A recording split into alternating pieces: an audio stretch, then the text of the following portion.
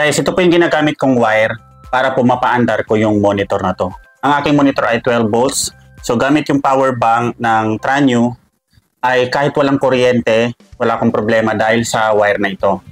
Ayan, ang wire na to, ito po yung nagbo-boost para po or nag-trigger. So yung power bank ni Tranio, may saksakan po siya dito ng para sa type C. Yan, may type C dito, sasaktong type C. Automatic po, itong wire na to ay maglalabas po siya ng 12 volts dito. So yun po yung nakasaksak dito. Yan, nakasaksak na po siya dito. So may extra, bali ang binili kong ganito ay 3. So pwede niyang paandarin itong monitor na to gamit yung power bank na ito. So yun ang susubukan natin mga bestie. Ayan, so nakasindi na to. Ngayon para i-power up natin si ito. Itong aking muna. Ayun, nakasindi na po siya. So ito lang po yung gamit natin, power bank. Kaya matagal malobat si Tranio talaga. Grabe, as in matagal siyang malobat. Plus, pwede na siyang magamit. Yan ma. Okay, so pwede niyo po itong i-check out kung gusto niyo po na ilalagay ko dito sa yellow basket. So ang halaga lang po niya is 199. So i-click niyo lang po itong yellow basket para po ma-check out siya. Yan, ito na po. Yan. Dahil puro solar ang gamit ko sa bahay, hindi ako gumagamit ito ng kuryente, lahat naka-solar. So gumastos din ako ng nasa 80,000 para po magkaroon ng solar itong buong bahay. Well, ako lang naman mag-isang gumagamit. Yan. So ito po yun mga bestie. Yan. Para po makita nyo na talaga pong nakasaksak sa power bank ito, itong wire na to ay huhugutin ko lang to. Yan. So naka-off na ulit siya. Tapos saksak ko na lang ulit dito sa type C and then gagana ulit yung ating monitor. So ang nagpapaandar doon sa ating monitor dahil 12 volts lang yung monitor ko, hindi may mga adapter siya pero nasira na. So bumili na lang ako ng ganito. So pwede itong gamitin for 9 volts. Maski sa modem mga bestie, pwede po siyang gamitin itong ating wire na ito. Yan, so supported niya yung 9 volts, tapos 12 volts hanggang 20 volts yung wire na ito. Yan. So testing natin.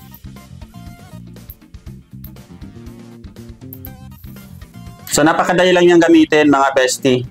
Sasalpak niyo lang po siya and then automatic mapapagana niya na po yung monitor. Basta po 12 volts. 12 volts, 9 volts, or 20 volts ay kaya pong paandarin ng wire na ito for as low as 199 pesos. Yan. So pipiliin nyo na lang po yung option na 99 pesos. Ayun, yung PD. USB-C PD. Hindi ko lang kung pwedeng ipakita dito sa ano natin kung wala tayong maging violation. So CD, USB. Yan, makiklik nyo naman yung tag 199. May mga mapagpipilian naman po dito. Meron siyang 979, meron din po siyang tag 69. Pero ang piliin nyo na lang is yung 199. Yan, subok ko na po ito. Matagal na po itong gamit ko. Actually, 6 months na ito na ginagamit ko. So ito lang po siya. So pag nalobat naman itong battery natin, meron tayong power station na ginagamit para po i-charge ito. So lahat po dito is battery lang po ang gamit ko.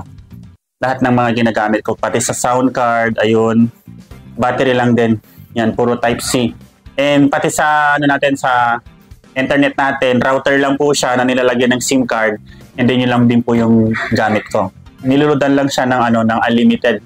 So GOMO SIM yung gamit natin doon kasi may unlimited for as low as 699. So yun lang mga bestie, itong wire na ito sa halagang 199 pesos po siya. So yung mga power bank nyo na Tranio, ito yung Tranio na nasa 70,000 mAh, ito po yung ginagamit. So dito po siya, ang tagal-tagal nito malubat mga bestie. Yan. Actually, lumang-luma na siya pero gamit na gamit ko na rin siya. Nakadalawa na akong bili nito kaso nga lang bininta ko sa kapitbahay yung isa dahil ginagamit din nila sa pang-travel nila. Malaking tulong to kasi maraming gadget ang pwede nyong i-charge dito ng sabay. So 4 ang pwede siyang i-charge dito. Saka kinakaya niya hanggang 10 cellphone na ma-full charge kung ito po ay naka 100%. Yun lang, thank you po for watching. Kung may question po kayo, message nyo lang po ako dito sa aking page. Thank you.